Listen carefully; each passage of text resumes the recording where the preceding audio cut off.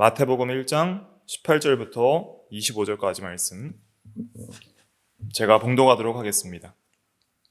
18절 예수 그리스도의 나심은 이러하니라. 그의 어머니 마리아가 요셉과 약혼하고 동거하기 전에 성령으로 잉태된 것이 나타났더니 그의 남편 요셉은 의로운 사람이라 그를 드러내지 아니하고 가만히 끊고자 하여 이 일을 생각할 때에 주의 사자가 현몽하여 이르되 다윗의 자손 요셉아 내 아내 마리아 데려오기를 무서워하지 말라. 그에게 잉태된 자는 성령으로 된 것이라. 아들을 낳으리니 이름을 예수라 하라. 이는 그가 자기 백성을 그들의 죄에서 구원할 자이심이라 하니라.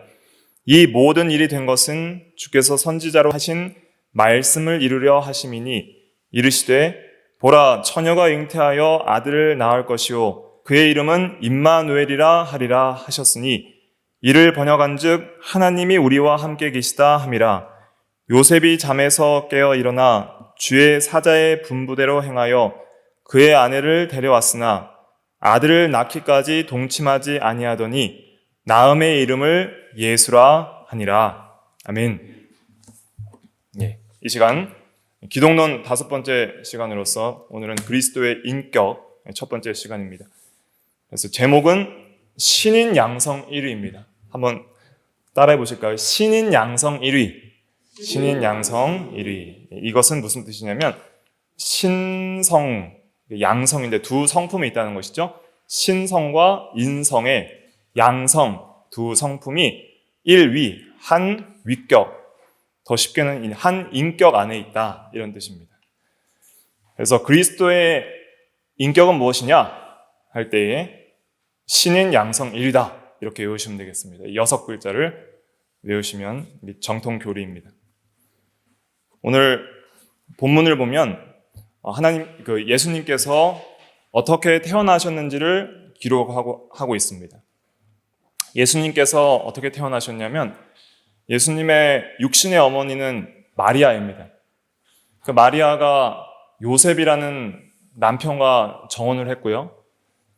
결혼하고 동거하기 전에 약 한 1년간 서로의 순결을 점검하는 기간이 있기 때문에 약혼 자체가 결혼과 동일하지만 서로 부부관계가 성립이 되지만 법적으로 아직 동거하기 전까지 시간이 순결을 점검하는 시간이 있었습니다. 그래서 아직 서로 동거하기 전이었는데도 불구하고 마리아에게 성령으로 잉태된 것이 나타났다 그랬습니다.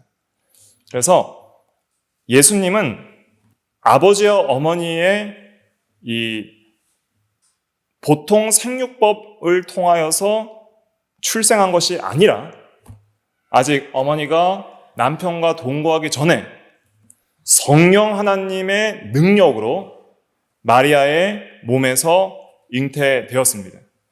그래서 우리가 사도신경을 고백할 때마다 우리 주 예수 그리스도를 믿사오니 이는 성령으로 잉태하사 동정녀 마리아에게서 나시고를 고백하잖아요. 성령 잉태, 동정녀 출생 이것을 우리가 믿는 거예요. 그러면 성령 잉태와 동정녀 출생의 의미는 무엇이냐면 이것은 예수님께서 참 사람인 동시에 참 하나님임을 믿는 것입니다. 그래서 이 진리가 정말 중요합니다. 여러분들의 마음속에 예수님이 누구신가라고 생각할 때에 사람들이 여러 가지를 생각을 해요.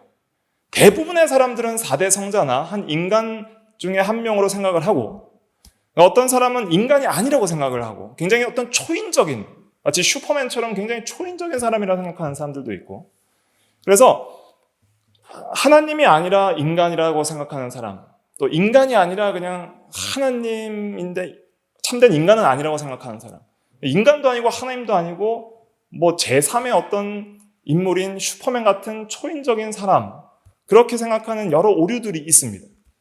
그런 오류들을 전부 우리는 반대하고 성경의 진리 안에서 초대교회 때부터 지금까지 바른 정통 교리를 세워온 그 교리들이 있습니다. 그 교리 안에서 우리는 예수님을 어떻게 해석하냐면 신인 양성 1위로 해석을 하는 거예요. 그것은 무슨 뜻이냐면 예수님은 참 하나님이시고 참 사람이시다는 거예요. 신성은 뭘 말하냐면 신성은 참 하나님됨을 말하는 것이고 인성은 참 사람됨을 말하는 것입니다. 제가 나중에 좀 쉽게 정리를 해드릴게요. 그래서 지금 본문에서 중요한 건 무엇이냐면 성령 잉태와 동정녀 탄생은 참 하나님과 참 사람으로서 오신 예수 그리스도의 그 본성, 그 성품을 잘 보여주는 거예요. 왜 이것이 참 하나님과 참 사람임을 증거를 하냐면 마리아의 태에서 낳았기 때문에 예수님은 참 사람입니다. 마리아의 몸을 빌려서, 몸을 통해서 마리아의 태에서 보통 인간들이 출생하는 것처럼 똑같은 사람으로 10개월 동안 뱃속에 있다가 나신 거예요. 그래서 모든 육체의 모든 요소들을 우리와 똑같은 육신을 입으시고 우리와 똑같은 영혼도 가지신 거예요. 예수님께는 참 사람됨의 모든 것이 있습니다. 그러니까 본질적으로 우리와 똑같은 사람이라는 거예요. 그걸 믿어야 됩니다. 그래서 예수님은 몸만 있고 속에 영혼은 없이 하나님만 있는 그런 분이 아니에요. 예수님은 몸도 있고 영혼도 있는 우리와 똑같은 인간의 본성, 본질, 인간성을 그대로 취하셨습니다. 마리아의 몸을 통해서. 이 인간성은 요셉 남편의 어떤 정자와 마리아의 난자를 통해서 우리가 보통 생육하는 그러한 생식 과정으로 나온 것이 아니라 마리아의 육체만 빌리신 것이지 그 예수님의 인성은 누구를 통해서 잉태한 거예요? 성령을 통해서 잉태된 거예요. 성령을 통해서. 성령께서는 하나님이시기 때문에 창조하시는 영이기도 합니다. 그래서 태초에 이 모든 세상을 창조하실 때도 하나님의 영이 수면 위에 운행하시면서 성령께서 모든 만물을 창조하시는데 실제적으로 역사하신 그 창조주 하나님께서 실제적으로 예수님의 인성을 탄생시키는데도 역사하셔서 우리 예수님의 인간의 모든 그 성품을 우리와 똑같은 동일한 본질이 되도록 우리 출생시키신 거예요. 그래서 우리와 똑같은 인간성을 가지신 분이 예수님이시다 하는 것을 믿어야 되는데 우리랑 딱 한 가지 차이가 있습니다. 딱 한 가지 차이. 뭐예요? 뭐는 없으세요? 죄는 없으시다. 히브리서 4장 15절. 죄는 없으시다. 왜 죄가 없어요? 성령으로 잉태되었기 때문에. 그래서 아담으로부터 내려오던 그 죄악된 본성들을 유전받고 전가받지는 않으신 거예요. 거룩하신 성령으로 잉태됐기 때문에 거룩한 분으로 탄생한 것이죠. 그래서 나실 분은 거룩한 자이니라 라고 누가복음 1장에는 마리아에게 예언한 말씀이 있습니다. 그래서 이 성령으로 잉태됐기 때문에 참 사람이지만 한 가지는 우리랑 다르다. 뭐는 없으세요? 죄는 없으시다. 히브리서 4장 15절. 죄는 없으시다 하는 것을 반드시 명심해야 됩니다. 왜냐하면 죄가 있는 분은 죄인을 구원할 수 없어요.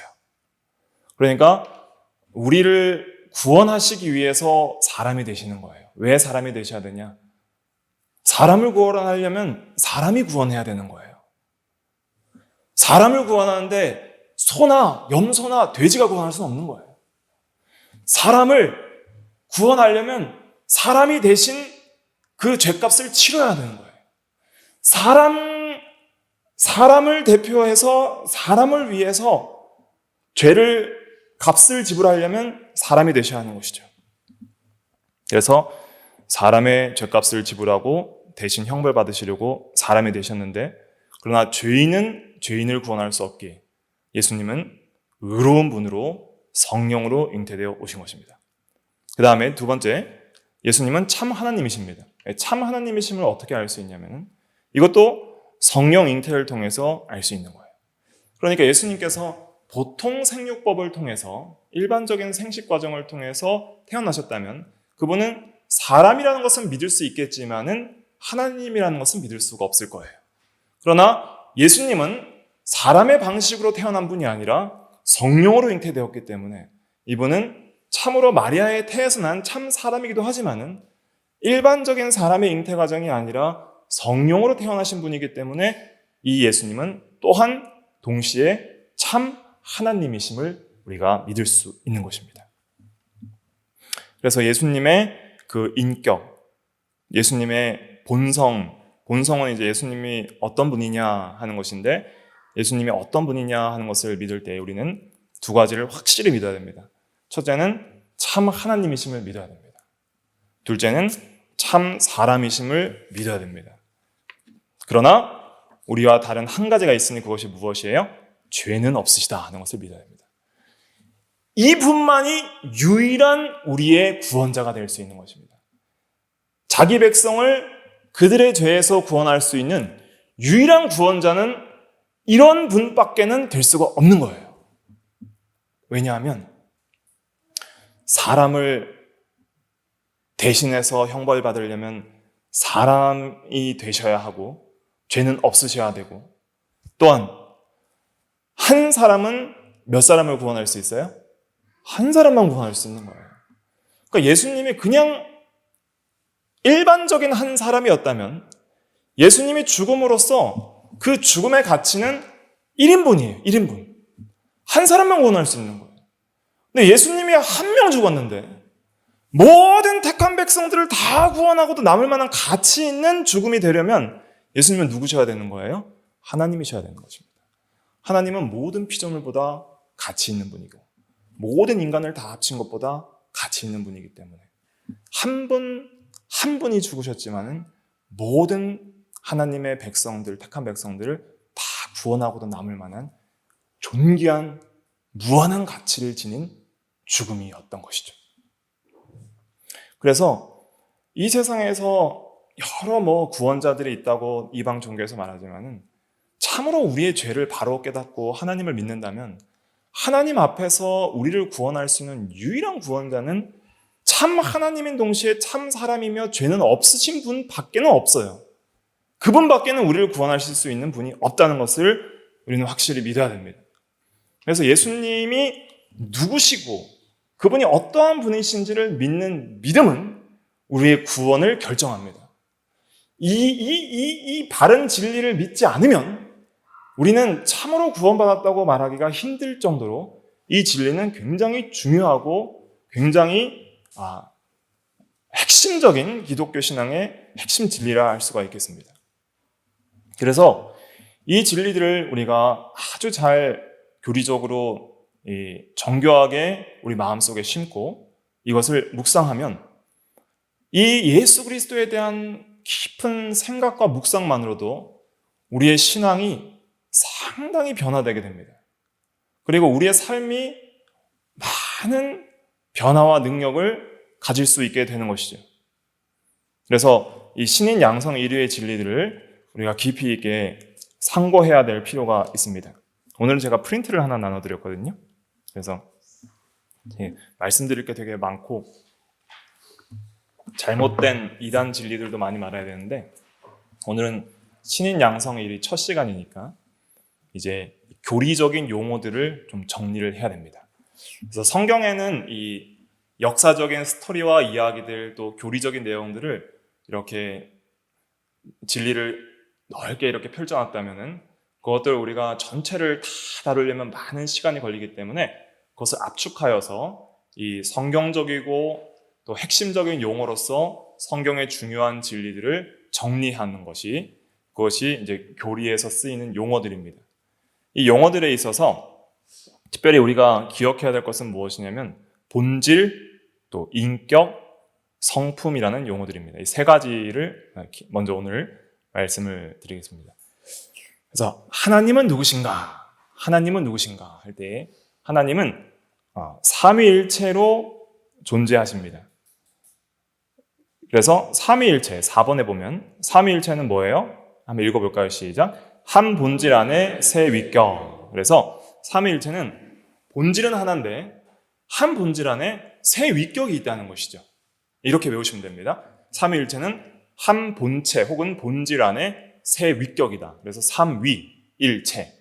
그래서 영어로는 트리니티 혹은 트라이유니티. 그래서 삼과 일체, 유니티, 연합. 그래서 이렇게 말을 하고 있습니다. 그 다음에 신인 양성 1위 5번 한번 읽어볼까요? 시작. 한 위격 안에 두 본성. 본성이라 할 수도 있고 성품이라고도 할 수 있습니다. 그래서 한 위격 안에 두 본성이 있다는 것이죠. 자, 그러면 이 용어들의 의미가 무엇인가? 이걸 알려면 이 세 가지를 알아야 됩니다. 본질, 인격 혹은 위격, 성품 혹은 본성. 이 세 가지를 알아야 됩니다. 이 세 가지를 아는 것이 기독교 신앙에서도 중요하지만은 우리 삶 속에서 또 우리가 굉장히 중요하게 생각해 볼 수 있는 것들입니다. 자, 1번에 먼저 본질을 한번 생각해 보겠습니다. 본질. 본질은 영어로는 에센스, 또 네이처는 성품인데 네이처나 본질이나 성품은 어떤 면에서는 동의어입니다. 자, 본질은 뭐냐? 쉽게 말하면 이겁니다. 어떤 존재에 관해서 그 무엇이라고 할 수 있는 성질. 그래서 어떤 존재가 그 무엇이 되려면 반드시 갖고 있어야 될 성질입니다. 하나님이라고 했을 때에는 하나님의 본질이라는 건 무엇이냐면 하나님이라고 한다면, 하나님이시라고 한다면 반드시 갖고 계셔야 하는 성질, 그걸 가리키는 거예요. 하나님은 누구신가? 어떤 분이신가 할 때 하나님은 바로 이런 분이시다 라고 말할 수 있는 그 성질. 하나님은 스스로 계시고 또 지혜, 지식, 선의, 거룩, 사랑, 진실, 능력의 하나님이시다 라고 할 수 있는 그러한 이 성질들을 가리키는 것이죠. 자, 그러면 우리 인간은 무엇입니까? 인간의 본질은 무엇입니까? 이제 이렇게 물어볼 수 있죠. 인간의 본질에 대한 연구들이 많이 있죠. 인문학도 있고 또 여러 철학들이 많이 있죠. 그래서 인간에 대해서 사회적인 동물이다. 여러 이제 인간에 대한 본질적 사유들을 이제 자의적으로 여러 이제 학문적으로 하죠. 그런데 성경적으로 인간은 본질이 뭐예요? 하나님의 형상이에요. 하나님의 형상대로 창조된 이성적, 도덕적 피조물이다. 그리고 그 구성은 영혼과 육체로 되어 있다. 이것이 인간이라면 갖고 있어야 될 본질인 것이죠. 이것이 없으면 인간이라 할 수 없는 것이죠. 그러니까 무엇이라고 할 때에 반드시 갖고 있어야 될 핵심적인 성질을 본질이라고 하는 것이죠. 좀 이게 마음에 와닿으십니까? 무엇이라고 할 때 반드시 이걸 빼고는 그것을 무엇이라고 정의할 수 없는 그 핵심적인 성질을 본질이라고 하는 것입니다. 그럼 하나님은 본질이 무한하세요. 하나님이 유한한 분이시고 우리가 다 파악할 수 있는 분이라면 하나님이 될 수 없습니다. 하나님은 이해할 수 없는 초이성적이고 초과학적인 분이기 때문에 하나님이실 수 있는 거예요. 그냥 유한한 존재, 그냥 그리스 신화나 로마 신화에서 나오는 그런 유한한 존재는 참 하나님이 될 수는 없어요. 하나님은 무한하십니다. 그리고 하나님의 본질도 무한하기 때문에 유한은 무한을 한 번에 파악을 할 수가 없어요. 우리는 절대 하나님의 본질을 한 번에 파악할 수가 없어요. 그렇기 때문에 하나님께서는 그 본질들을 여러 가지 그 본질에 속한 성품들로 나누어서 우리에게 가르쳐 주신 거예요. 그래서 하나님은 누구신가 할 때 하나님은 영이십니다. 하나님은 스스로 계신 하나님입니다. 자존하십니다. 불변하시고요. 영원하시고 편재하시고 무한하시고 단일하시고 지혜, 지식, 진실, 선, 사랑의 거룩, 능력의 하나님이십니다. 하나님은 이렇게 말할 수 있는 거예요. 그래서 하나님은 그 속성과 본질이 동일하십니다. 그래서 하나님은 지혜이십니다. 지식이십니다. 진실이십니다. 선이십니다. 사랑의 거룩, 능력이십니다. 이렇게 말할 수 있는 분인 거예요. 그게 하나님의 본질이에요. 그리고 인격은 무엇이냐? 인격 혹은 위격. 우리가 이제 삼위일체 할 때 위격, 인격이 좀 헷갈리잖아요. 근데 오늘 되게 쉽게 정리를 해드릴게요. 인격은 나, 너라고 말할 수 있는 그 개별적 존재예요. 나, 너, 그라고 칭할 수 있는 그 정의를 가지는 개별적 존재를 인격이라고 하는 거예요. 그래서 다른 인격과의 관계 속에서 자신을 칭할 수 있는 존재예요. 나가 있으면 너가 있고 나가 있고 그가 있고 그래서 그렇게 말할 수 있어요. 그래서 영어로는 이제 person이라고 하는데 person은 그 이제 인칭을 가리키기도 합니다. 그래서 I, my, 또 I, he, you, she 뭐 이런 거 있잖아요. 그래서 그런 인칭들 그렇게 인칭을 칭할 수 있는 인격 대상을 인격이라고 하는 거예요. 개인이라고도 할 수가 있고. 그래서 이 인격을 우리가 이제 삼위일체 교리에서는 위격이라고도 표현을 하거든요. 그 위격이라는 표현은 그 하나님의 삼위를 구분하기 위한 표현입니다. 교리적인 표현이에요, 그냥. 어떻게 구분하려면 용어를 써야 되니까 그렇게 쓰는 거예요. 그래서 성부와 성자와 성령으로 하나님께서 계시거든요. 그래서 삼위일체 하나님은 본질은 하나예요. 본질적 속성은 하나이신데 그 본질 안에 세 인격이 계신 거예요. 성부라고 칭할 수 있는 인격, 성자라고 칭할 수 있는 인격, 성령이라고 칭할 수 있는 인격이 있어요. 그럼 3인격은 서로 대화할 수도 있고 서로 사랑할 수도 있고 서로 교제할 수도 있는 거예요. 성부 하나님이 성자 하나님을 내 사랑하는 아들이라 칭할 수도 있고 성자 하나님께서 성부를 나의 아버지라 칭할 수도 있고 또 성자께서 성령을 나의 영, 내가 보낼 보혜사라고 칭할 수도 있어서 각 인격이 다른 인격을 지칭할 수 있고 나, 너, 그라고 칭할 수 있는 그 세 인격이 있는데 그것이 성부와 성자와 성령이에요. 근데 이 성부와 성자와 성령은 각각 떨어진 세 신이 아니라 하나님은 몇 분이에요? 한 분이라는 거예요. 한 분. 하나님은 한 분이라고 할 때 본질적으로 하나라는 뜻이에요. 본질적으로 하나님은 한 분이시고 단일하다. 그러나 그 한 분 본질 하나님 안에 인격은 몇 개예요? 세 분이시다. 그래서 세 인격의 그 명칭은 성부와 성자와 성령인 거예요. 이렇게만 딱 정의하면 이제 어렵지가 않아요. 이렇게만 정의하면. 그래서 이런 존재 방식이 가능한 이유는 하나님은 뭐이시기 때문이에요? 영이시기 때문입니다. 그러니까 우리가 생각하는 어떤 물질적인 방식으로 무슨 어떤 괴물 같은 존재가 막 몸은 하나인데 머리가 세 개가 이런 분이 아니라는 거예요. 그런 거는 물리적인 방식으로서의 그런 이상한 것이고 하나님이 삼위일체라는 것은 이 영이시기 때문에 비물질적이고 비가시적인 존재로서 이런 존재 방식이 가능한 분이에요. 가장 완전한 존재 방식으로 존재하시고 근데 우리가 삼위일체를 이해할 수 없는 이유는 뭐냐면 우리는 어떤 대상을 파악할 때 비교와 대조를 통해서 파악을 하거든요. 그래서 하나님과 비슷한 분과 비교를 해서 이런 분과 이런 건 차이가 있고 이런 건 유사하구나 해서 어떤 대상을 파악하는데 하나님과 유사한 분이 세상에 없어요. 그렇기 때문에 우리는 하나님을 파악을 못하는 거예요. 그래서 하나님께서 알려주신 진리 안에서만 우리가 믿음으로 알 수 있는 분이 하나님이다 하는 것이죠. 그러니까 하나님은 절대 인간의 스스로의 자율적인 사색으로는 알 수 있는 분이 아닙니다. 오직 성경에 게시된 말씀을 믿음으로만 알 수 있는 분이에요. 이건 이렇게 생각해보면 하나님이 정말 놀라운 분이라는 걸 알 수 있어요. 정말 사람의 상상력과 생각으로는 절대 파악할 수 없고 지어낼 수도 없고 소설로 쓸 수도 없는 그런 위대한 분의 본질과 인격을 성경이 계시하는 거예요. 그것을 우리가 묵상하면 하나님은 참으로 하나님이시다, 하나님이십니다라고 고백할 수밖에 없습니다. 그런데 이 세 인격이 있잖아요. 하나님께는 성부와 성자와 성령의 세 인격이 있는데 그 세 인격이 모두 다 하나님이에요. 성부도 참 하나님, 성자도 참 하나님, 성령도 참 하나님이세요. 그런데 그 참 하나님이신 세 인격 혹은 세 위격 중에 누가 사람이 되신 거예요? 누가 사람의 몸을 취하신 거예요? 제2위 성자 하나님께서 그 성자 하나님의 인격이 그 신성이 사람의 성품을 취하신 거예요. 그것이 성육신이에요. 그래서 성육신이라는 것은 육신을 취하신 것을 가리키는 것이죠. 하나님께서. 그래서 이제 예수님께서는 그리스도는 원래는 영원 전부터 하나님으로 계셨습니다.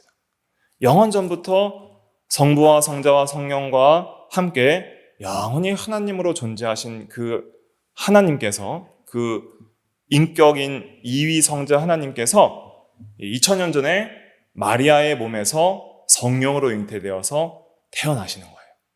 그래서 그리스도는 참 하나님의 성품을 가지고 계시면서 플러스 사람의 성품을 취하시게 됩니다. 이것이 이제 성육신인 거예요.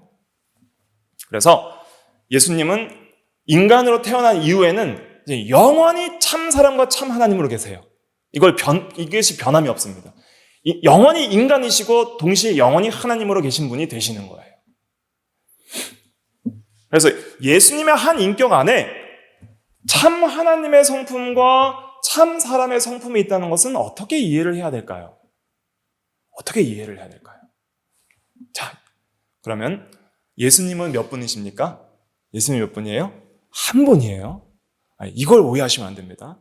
이걸 오해하는 사람들이 있습니다. 그 네스토리오스, 나중에 이제 살펴볼게요. 네스토리오스라는 이단이 있는데 예수님은 두 분이라는 거예요. 두 분. 그래서 신도 있고 인간도 있다는 거예요. 두 인격을 말하는 그런 이단이 있습니다. 그러나 사람과 하나님 사이의 중보자는 오직 한 분, 사람이신 예수 그리스도시라라고 디모데전서 2장 5절에 분명히 한 분이라고 하고, 또 한 분이라는 말씀이 성경에 여러 번 등장합니다. 예수님께서는 자신을 가리켜서 한 분으로 인식하고 있었어요. 그러니까 인격이 하나예요. 예수님의 인격은 몇 개예요? 하나예요. 자기를 한 개체로 인식을 하시는 분이에요. 이게 굉장히 중요합니다. 그런데 그 한 분 속에 어떤 성품과 어떤 성품이 있냐면 신적인 성품과 인간적인 성품이 동시에 있는 거예요. 그래서 신성이라고 하면 어떤 의미냐면 신적 본질을 가지고 계신다는 거예요. 그러니까 완전한 참된 하나님과 동일한 신적 본질을 가지고 있다 하는 의미로서 신성을 쓰는 거예요. 그래서 3번 보세요. 3번 성품, 본성. 영어로는 nature라고 하는데, 이제 nature라는 것은 본래부터, 태어날 때부터 가지고 있는 성질이다, 이런 뜻입니다. 그래서 본래부터 가지고 있는 성질, 근본 성질을 성품 혹은 본성이라고 하는데, 본질과 동의어로 쓰일 수 있습니다. 그래서 우리가 신성할 때에는 성품, 성자를 쓰는 것인데, 신성할 때는 하나님과 동일 본질을 가리키는 단어로 쓰는 거예요. 신성이 뭐예요? 하나님과 동일 본질. 한번 따라해 보실래요? 하나님과 동일 본질. 그 말은 참 하나님이시다, 이런 뜻입니다. 참 하나님이시다. 그 다음에 인성 하면은 따라해 보실까요? 인간과 동일 본질. 그러면 참 뭐예요? 사람이다 라는 거예요. 자, 이걸 좀 잘 이해하셔야 됩니다. 이것이 참 중요합니다. 사람과 완전히 동일하신 본질을 예수님은 가지고 계세요. 그런 동시에 하나님과 완전히 동일하신 본질도 가지고 계세요. 근데 그 인간적인 의지나 지식, 감정, 의지나 이런 인간적인 의지도 예수님이 있을까요, 없을까요? 인간적인 의지도 있어요. 인간적인 마음도 있고 인간적인 영혼도 있어요. 또 신성의 어떤 의지와 이러한 것들도 있어요. 그러나 그 모든 신성과 인성을 다 가지고 계심에도 동시에 예수님은 한 인격이라는 거예요. 한 인격. 한 인격. 그래서 예수님을 무슨 인간과 하나님을 섞어놓은 거라고 생각하시면 절대 안 됩니다. 이런 오류를 절대 범해서는 안 됩니다. 완전히 우리랑 똑같은 인간이에요. 완전히 똑같은 인간으로 이 세상에 나셔서 고난받으시고 죽으신 거예요. 그런데 동시에 완전히 똑같은 하나님 아버지와 똑같은 성령과 똑같은 하나님이세요. 근데 이 참 사람 되심과 참 하나님 되심이 예수님의 한 인격 안에 있는 거예요. 그러니까 두 인격으로 나눠지는 분도 아니에요. 그러니까 인간을 따라서 인간의 인격으로 나누어지고 또 신성을 따라서 하나님의 인격으로 나누어져서 두 인격으로 나누는 그런 분리된 분도 아니고, 또 섞여서 혼합된 분도 아니고, 인성과 신성의 고유한 두 성품이 그대로 인식되되 혼합되거나 분리됨이 없이 한 인격 안에 두 성품이 연합이 되어 있는 거예요. 이것이 예수님의 그 본성이고 인격이다. 우리가 그렇게 이해를 해야 됩니다. 그럴 때 참 사람으로서 우리의 구원을 위해 역사하신 것, 또 참 하나님으로서 우리의 구원을 위해 역사하신 모든 진리들을 우리가 바르게 받아들일 수 있는 것입니다. 이 진리가 파괴되면 참된 예수님을 믿지 않는 것이니 우리의 신앙은 견고할 수가 없는 거예요. 그래서 우리 그 5번에 보시면 신인 양성 1위 해서 제가 간단하게 5줄 적어놨죠? 그거 한번 같이 읽어볼게요. 시작.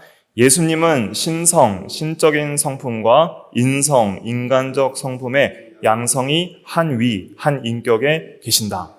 인성은 사람과 동일 본질인 참 사람, 즉 영혼과 육신을 말하는 것이다. 신성은 성부와 성령과 동일 본질이신 참 하나님이심을 말하는 것이다. 예수님은 참 사람이시고 참 하나님이시다.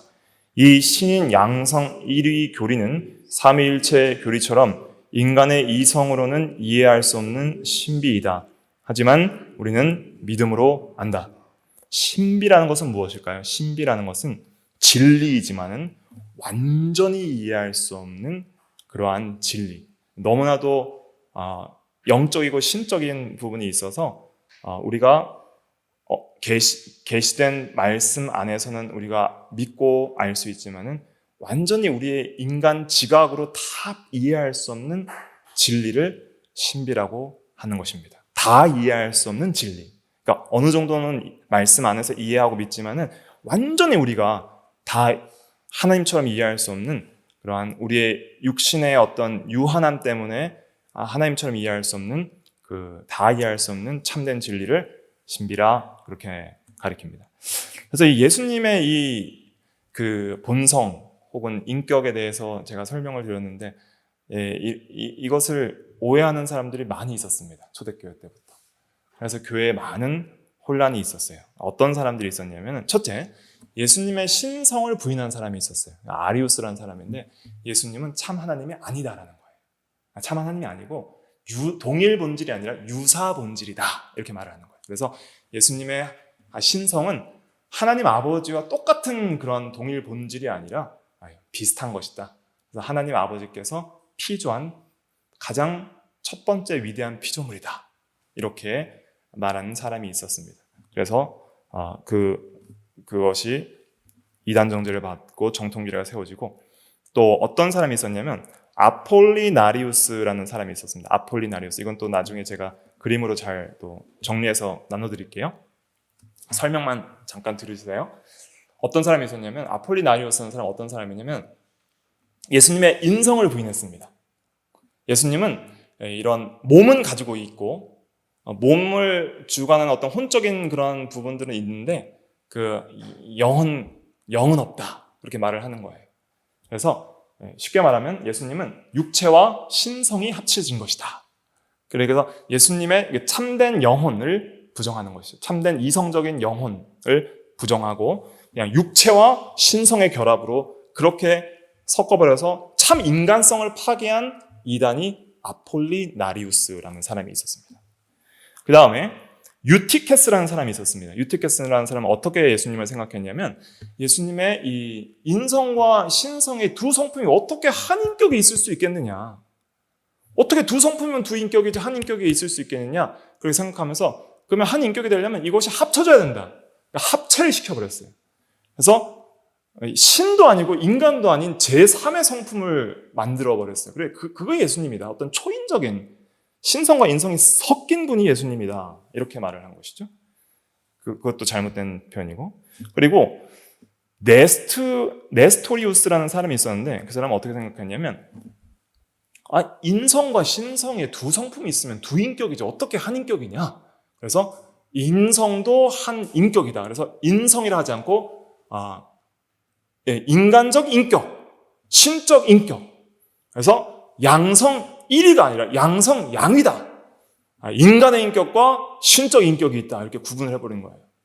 근데 예수님은 서로 자신 안에서 대화할 때 인간이 신성이 인성에게 말하고 인성이 신성에게 말한 적이 없어요. 예수님은 자신의 살과 뼈를 가리켜도 나라 그랬고 자신의 하나님 되심을 가리켜도 나라 그랬어요. 그렇기 때문에 인격은 하나예요. 나라고 할 수 있는 인격은 하나였어요.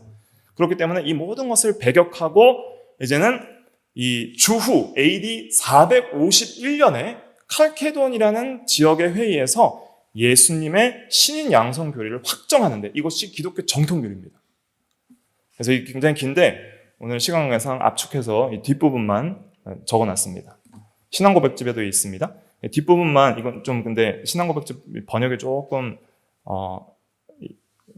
좋지 않아서 제가 이걸로 이제 나눠드렸는데요. 우리 칼케돈 회의에서 예수님의 신인 양성 교리가 확정된 거 한번 같이 우리 의미를 생각하면서 같이 읽어볼게요. 시작. 주 그리스도는 한 분이시다. 이런 게 중요한 겁니다. 그러니까 이런 것이 그냥 쓰여진 것이 아니라는 걸 기억하셔야 됩니다. 한 분이라고 말한 것은 예수님은 한 인격이라는 것을 가리키는 것입니다. 두 분이 아니라는 뜻입니다. 왜냐하면 두 분으로 인식하는 사람들이 있었기 때문이죠. 또 계속 읽어볼게요. 시작. 신성에 있어서도 완전하시고, 이건 이제 아리우스에 대해서 반대한 겁니다. 설명하지 않고 일단 먼저 읽겠습니다. 시작. 인성에 있어서도 완전하시고 참 하나님이시고 참 사람이시다. 신성에 있어서 예수님은 아버지와 동일 본질, 인성에 있어서는 인간과 동일 본질이시다.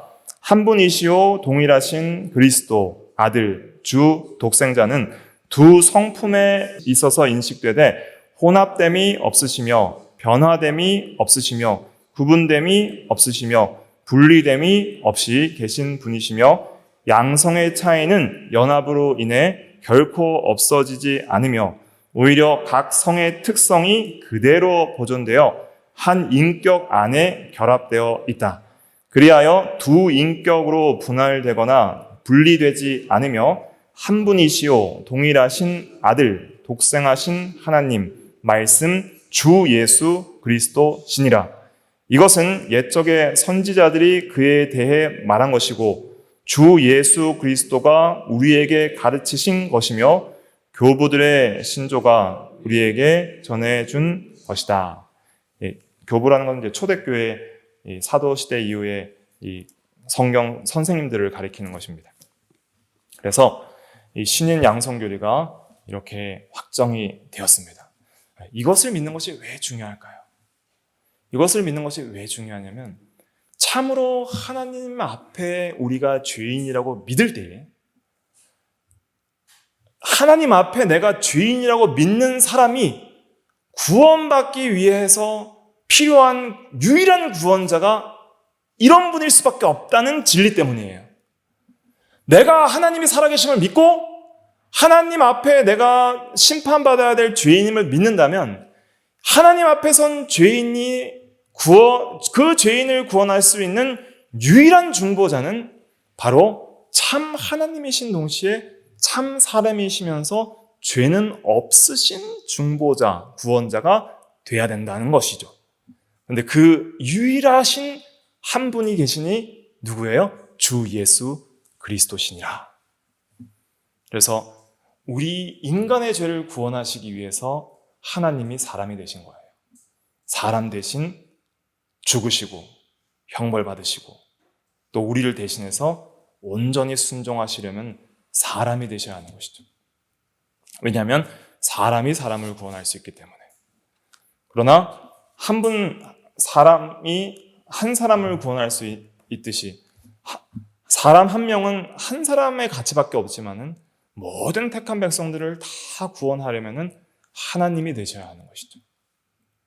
그래서 이러한 귀한 은혜로 말미암아 우리를 구원하시기 위해서 하나님께서 사람 되어 오신 분이 예수 그리스도십니다.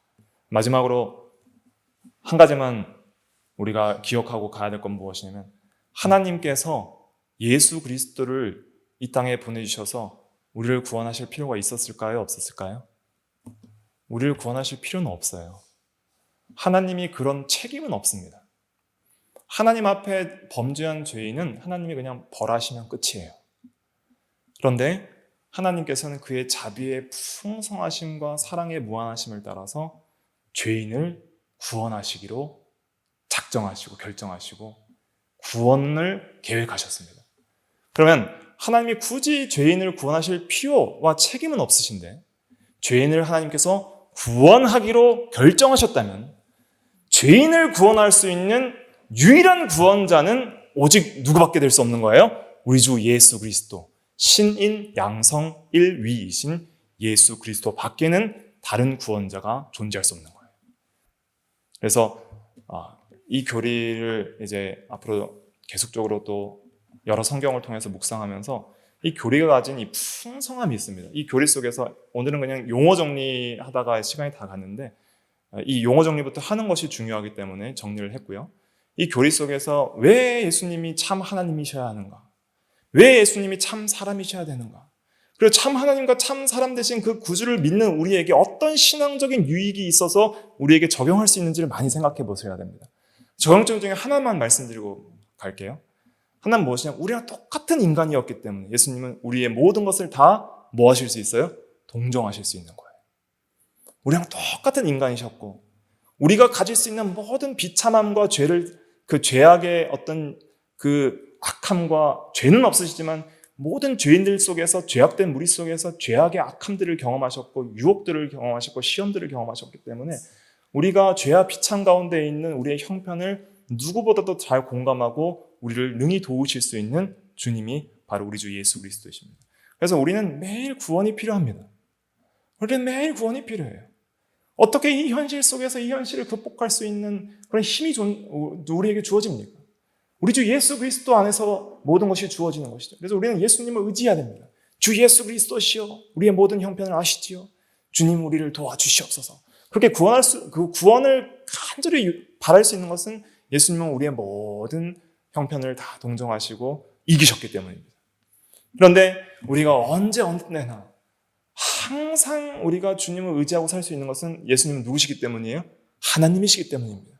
세상 끝날까지 우리와 함께 하시고 우리의 구원을 효력 있게 적용하시고 우리의 구원을 완성시킬 수 있는 무한한 능력이 있는 하나님께서 우리를 각자 그 어느 곳에 있든지 우리가 어느 곳에 있든지 무엇을 하든지 우리와 항상 함께 하시고 우리를 늘 구원에 이르도록 도우시는 우리 주 예수 그리스도가 우리에게 있다는 것.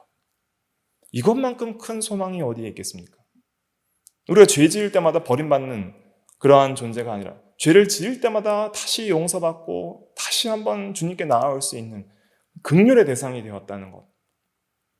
그것만큼 귀한 은혜가 우리에게 어디에 있겠습니까? 그래서 유일한 구원자이신 예수 그리스도를 그냥 피상적으로 알고 절대 넘어가시지 마시기 바랍니다. 예수를 깊이 생각해야 됩니다.